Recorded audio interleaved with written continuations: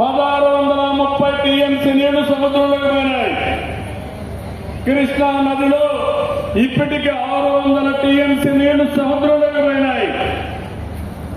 ఈ సముద్రంలోకి పోయే నీళ్లు అటు తెలంగాణ ఇటు ఆంధ్రప్రదేశ్ 2 రాష్ట్రాలు కూడా సమర్థవంతంగా ఉపయోగించుకోగలిగితే ప్రతి ఎకరాకు నీళ్లు ఇచ్చే అవకాశం వస్తుంది. కరువు అనే మాట ఉండదని చెప్పి కూడా నేను మీకు తెలియజేస్తున్నా. అందుకే కొంతమంది మాట్లాడుతున్నారు, నేను బనకచెర్ల పోలవరం ప్రాజెక్టు కోసం ఆలోచించాను. మీ అందరికీ హామీ ఇస్తున్నా, పోలవరం ప్రాజెక్టు 2027కి పూర్తి చేసి జాతికి అంకితం చేసే బాధ్యత ఈ ప్రభుత్వానికి.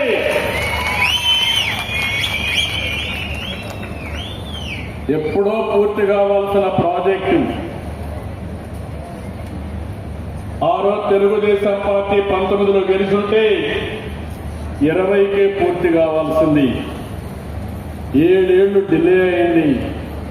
దీనికి కూడా కారణం మీరు ఆలోచిస్తే రాజకీయ కక్షతో అవగాహన లోపంతో గోదావరి పైనుండే పోలవరంలో డయాఫామ్ వాల్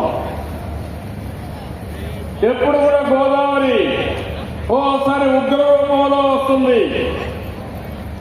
40-50 లక్షల క్యూసెక్స్ నీళ్లు వస్తాయి. అంటే ఒకే రోజు 400 నుంచి 500 టీఎంసీ నీళ్లు సముద్రానికి పోతాయి. అలాంటి ప్రాజెక్టులో డయాఫామ్ వాల్ కడితే దాన్ని రక్షించలేకుండా అది కొట్టుకొని పోయింది. 380 కోట్ల రూపాయలతో పూర్తి చేశాం. ఒకే సంవత్సరం 2 సీజన్లో పూర్తి చేశాం. ఇప్పుడు కొట్టుకొని పోయిన తర్వాత మళ్ళీ 1000 కోట్ల రూపాయలు ఖర్చు పెట్టే పరిస్థితికి వచ్చాం. కాలయాపన ప్రయోజనాలు కూడా రాకుండా పోవడం, మళ్ళీ ఆ ప్రాజెక్టుని పూర్తి చేసే పరిస్థితికి వచ్చాం. అదే సమయంలో పోలవరం పూర్తయితే మనకు కొంత వెసులుబాటు వస్తుంది. ఇంకో పక్కన పోలవరం బనకచెర్ల పూర్తయి వంశధార దగ్గర నుంచి పెన్నా నది వరకు నదుల అనుసంధానం చేయగలిగితే ఇంకా రాబోయే రోజుల్లో ఆంధ్రప్రదేశ్ రాష్ట్రానికి కరువు అనే మాటే ఉండదు. అదే నా జీవితాశయం అని మరొకసారి విజ్ఞప్తి చేస్తున్నా. మీరు కూడా ఒక పని చేయాలి.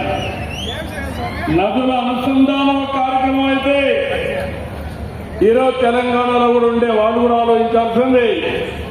అక్కడ కూడా నీళ్లు సద్వినియోగం చేసుకుని ఎక్కడికక్కడ మనం పూర్తిగా ఉపయోగించుకోగలిగితే తెలుగు జాతికి తిరుగుండదు. ఆ విషయం కూడా అక్కడ ఉండే నాయకత్వం గుర్తుపెట్టుకోవాల్సిన అవసరం ఉంది. అందుకనే ఈరోజు మిమ్మల్ని అందరినీ ఇంకొక మాట కూడా చెప్తున్నాను.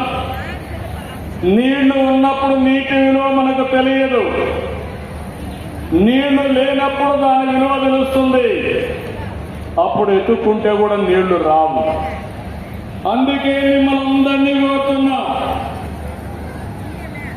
జలాశయాల్లో నీళ్లు పెట్టుకోవడం ఎంత ముఖ్యమో భూమిని ఒక జలాశయంగా తయారు చేసుకోవడం అంతకంటే ముఖ్యం. అందుకే ఒక విధానానికి శ్రీకారం చుట్టాం. వర్షాకాలం అవుతానే 3 మీటర్లో నీళ్లుండాలంటే 10 అడుగుల్లో నీళ్లుండాలి. మళ్ళీ వర్షాకాలం కంటే ముందు 8 మీటర్లంటే 24 అడుగుల్లో నీళ్లుండాలి. 5 మీటర్లు మనం వాడుకుంటే 500 నుంచి 600 టీఎంసీ నీళ్లు మనం వాడుకున్న అవుతాం. దీనికి శ్రీకారం చుట్టాల్సిన బాధ్యత మనందరిపైన ఉంది. ఈరోజు ఈ ప్రభుత్వం ఒక యజ్ఞం మారిగా అభివృద్ధి కోసం ముందుకు పోతున్నాం. కొంతమంది రాక్షసుల వారుగా ఈ యజ్ఞాన్ని భగ్నం చేయడానికి అన్ని విధాల ప్రయత్నం చేస్తున్నారు. నేను ఒకటే హెచ్చరిస్తున్నా, మీకు చేతనైతే అభివృద్ధిలో పోటీ పడండి. సంక్షేమ కార్యక్రమాల్లో పోటీ పడండి. మొన్నే మీరు చూస్తే రాయలసీమలో అవతల పార్టీకి వైఎస్ఆర్ కాంగ్రెస్ పార్టీకి 7 సీట్లే ఇచ్చారు. ఈ రోజు కూడా నేను చూస్తున్నాను ప్రతిపక్షం అని చెప్పుకుంటున్నారు.